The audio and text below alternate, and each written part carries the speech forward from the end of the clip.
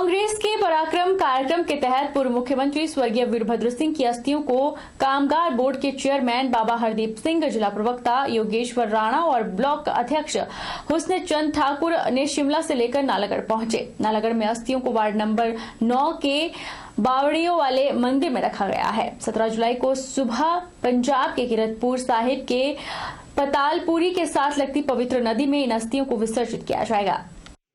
कामगार बोर्ड के पूर्व चेयरमैन और इंटक अध्यक्ष हरदीप सिंह बावा ने कहा कि पूर्व मुख्यमंत्री के हमारे बीच से जाने से कांग्रेस पार्टी ही नहीं पूरे हिमाचल को एक बहुत बड़ी क्षति पहुंची है, जिसकी भरपाई करना काफी कठिन है। प्रदेश से शीर्ष नेतृत्व ने फैसला लिया है कि सभी लोग शिमला के रामपुर बुशहर नहीं पहुंच सकते हैं, इसलिए सभी विधानसभा क्षेत्रों में अस्थियां विसर्जित की जाएंगी। वहीं विधायक लखविंदर सिंह राणा ने कहा कि नालागढ़ क्षेत्र में जो विकास हुआ है वह कांग्रेस पार्टी की देन है। उन्होंने दावा किया है कि कांग्रेस पार्टी एकजुट है और वीरभद्र सिंह के सपने को साकार करने में पुरजोर प्रयास करेगी।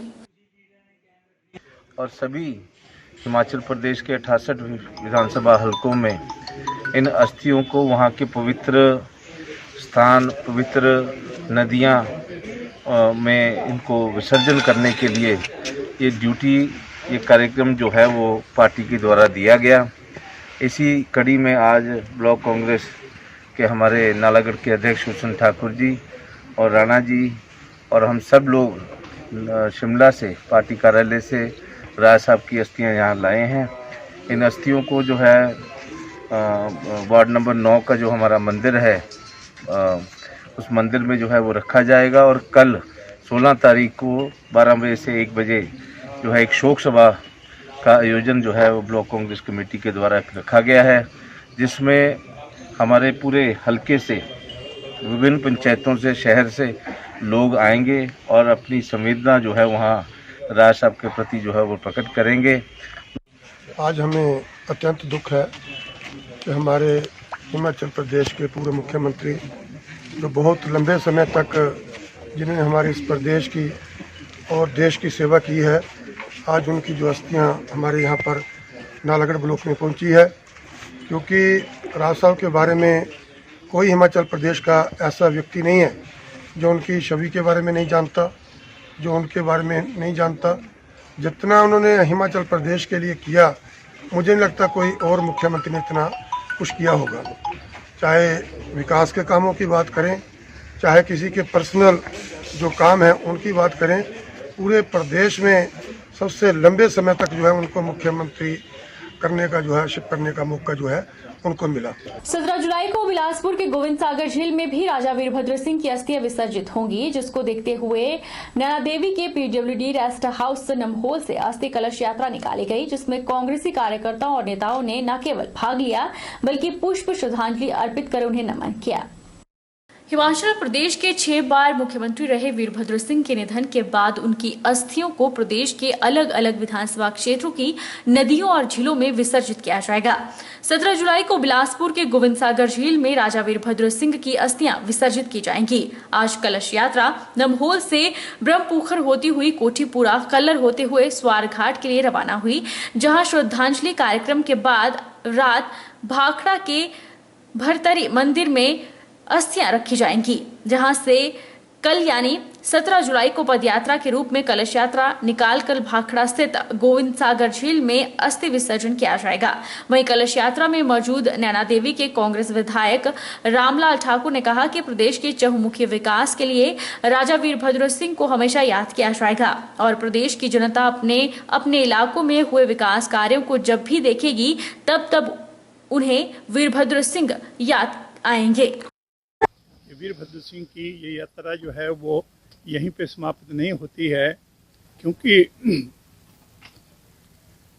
जो इन्होंने काम पूरे प्रदेश के लिए जो है किए हैं और पूरे प्रदेश के अंदर सर्वांगीण विकास जो वीरभद्र सिंह ने किया है वो हमेशा हमेशा के लिए याद रहेगा। चाहे वो शिक्षा का क्षेत्र हो, चाहे वो मैं कहना चाहूँगा स्वास्थ्य विभाग के जो है वो कार्य को सुचारू रूप से चलाने की बात हो, या मैं आपसे कहना चाहूँगा कि सड़कों का हो, पानी का हो, और जितने भी सर्वांगीण विकास के काम हैं वो माननीय वीरभद्र सिंह ने किए हैं।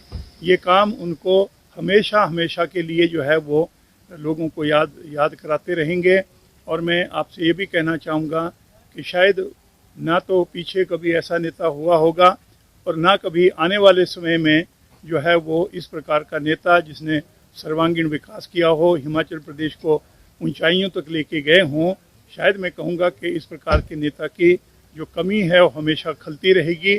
ज्वालामुखी के पूर्व कांग्रेस विधायक संजय रत्न ने जानकारी देते हुए बताया है कि 17 जुलाई को पूर्व मुख्यमंत्री वीरभद्र सिंह की अस्थियों को ज्वालामुखी टाउन हॉल से लेकर महादेव पंचतीर्थ के लिए रवाना की होगा और द्रंग रेखा सिरोहपाई, बलारुडू चौक, रोहड़ा चौक, घलोर से होते हुए कालेश्वर पहुंचेगी और उसके बाद कालेश्वर महादेव में अस्थि कलश विसर्जन को कालेश्वर महादेव में पूरे विधि विधान के साथ प्रवाहित किया जाएगा।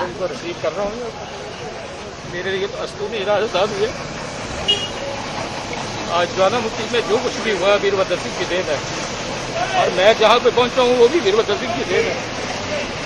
मैंने तो एक अपना राजनीतिक गुरु भी खोया, पिता भी खोया। इससे ज्यादा मैं कुछ भगवान शिव के प्रिय श्रावण मास का आगाज हो गया है। श्रावण मास की धूम अब छोटी काशी मंडी में भी देखने को मिलेगी। मंडी के प्राचीन एकादश रुद्र मंदिर में 42वें श्रावण मास की शुरुआत उपायुक्त मंडी अरिंदम चौधरी ने पूजा अर्चना कर की। अगले 1 महीने तक प्राचीन एकादश रुद्र मंदिर में ओम नमः शिवाय की ध्वनि गूंजती रहेगी। 16 जुलाई से भगवान शिव के प्रिय मास यानी कि श्रावण मास की शुरुआत हो गई है। मान्यता है कि श्रावण मास के दौरान भगवान शिव के दर्शन करने से मनोवांछित फल की प्राप्ति की जा सकती है। श्रावण मास के दौरान छोटी काशी मंडी के शिव मंदिरों में भारी संख्या में श्रद्धालु दर्शन करने के लिए पहुंचते हैं और भगवान शिव की आराधना करते हैं। वहीं प्राचीन बाबा भूतनाथ मंदिर में श्रद्धालुओं ने दर्शन कर आशीर्वाद ग्रहण किया। प्राचीन एकादश रुद्र मंदिर में भी 42वें श्रावण मास का आगाज हो गया है। शुभारंभ मौके पर उपायुक्त मंडी अरिंदम चौधरी ने शिरकत की और विधिवत पूजा अर्चना कर श्रावण मास का शुभारंभ किया। इस अवसर पर उपायुक्त मंडी अरिंदम चौधरी ने मंडी वासियों को श्रावण मास की शुभकामनाएं दी और श्रद्धालुओं से मंदिरों में दर्शन करने के दौरान कोविड के नियमों का पालन करने का आह्वान किया। आपके माध्यम से मैं मंडी वासियों को और हिमाचल प्रदेश की जनता को जो है श्रावण मास का बहुत बहुत शुभकामनाएं हमारी तरफ से। और आज श्रावण मास की शुरुआत है और भगवान भोले शंकर के आशीर्वाद से हमने शुरुआत की है।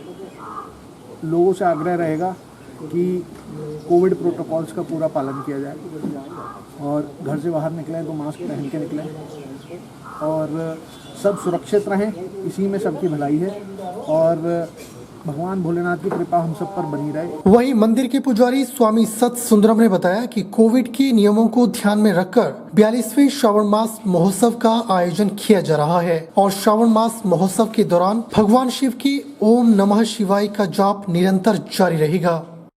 ओम नमः शिवाय कहते हैं कि कलयुग केवल नाम आधारा, सुमिर सुमिर भव उतर ही पारा। कलयुग में केवल जो है नाम की ही महिमा है, जहाँ भी देखो मतलब सभी शास्त्रों में कहा है और उसी महिमा के ऊपर आधार के ऊपर जो है यहाँ जाप चलता है। एक महीना रात दिन अखंड जाप चलता है।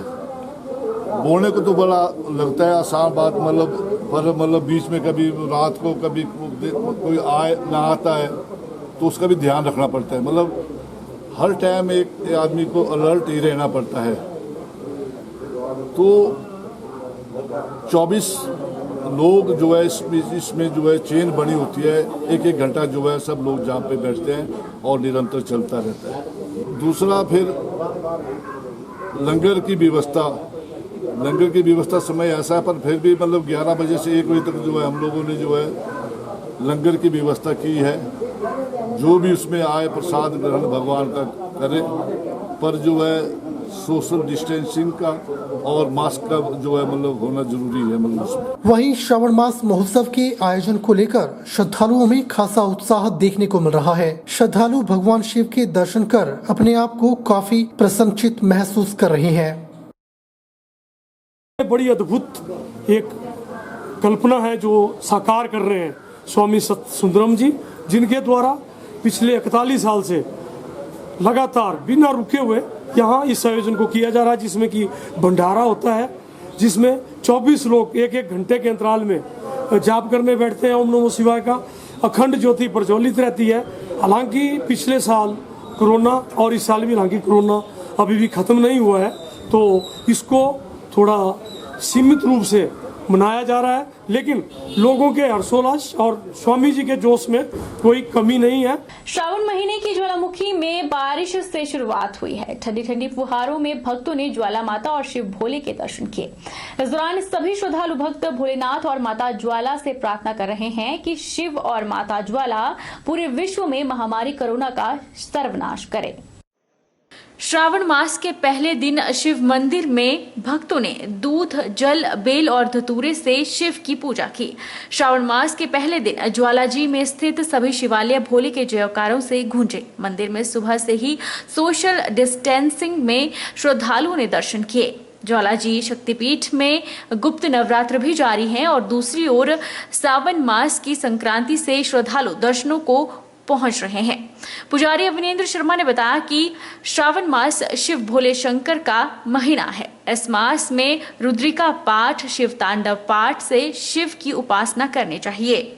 शिवजी को बिलपत्र चढ़ाने से सभी कष्ट दूर होते हैं। शिव की मूर्ति के सामने ओम नमः शिवाय का जाप करना चाहिए, जबकि शिवलिंग के पास ओम का जाप का विशेष महत्व है। श्रावण मास में सोमवार के उपवास करने से सभी मनोवांछित फल की प्राप्ति होती है। आज श्रावण मास की संक्रांति के दिवस माता जी के मंदिर में इंद्रदेव ने अपनी उपस्थिति दर्ज करा दी है और ये सबसे बड़ा ही एक अच्छा सहयोग है कि सावन का महीना हो और बारिशों की महामारी के फुहारे जो मंदिर में पड़े। और ये जो सावन का मास है भगवान भोलेनाथ को अति प्रिय है। इस मास में भगवान भोलेनाथ की किया हुआ पंचोपचार पूजन, जिसमें भगवान शंकर का अभिषेक दूध, दही, जल, शहद और मक्खन के साथ और बेलपत्र का पत्र और पुष्पों के साथ भगवान की पूजा की जाए और सभी मनोकामनाओं जो है वो पूर्ण होती है। और खासकर जो लड़कियां जिनकी शादी में विलम्ब हो रहा है वो आज से अपनी पूजा शुरू करें और श्रावण मास में भोलेनाथ की हुई पूजा शीघ्र फल देने वाली होती है। बहरहाल बुलेटिन में इतना ही। आप देखते रहिए HP 24/7।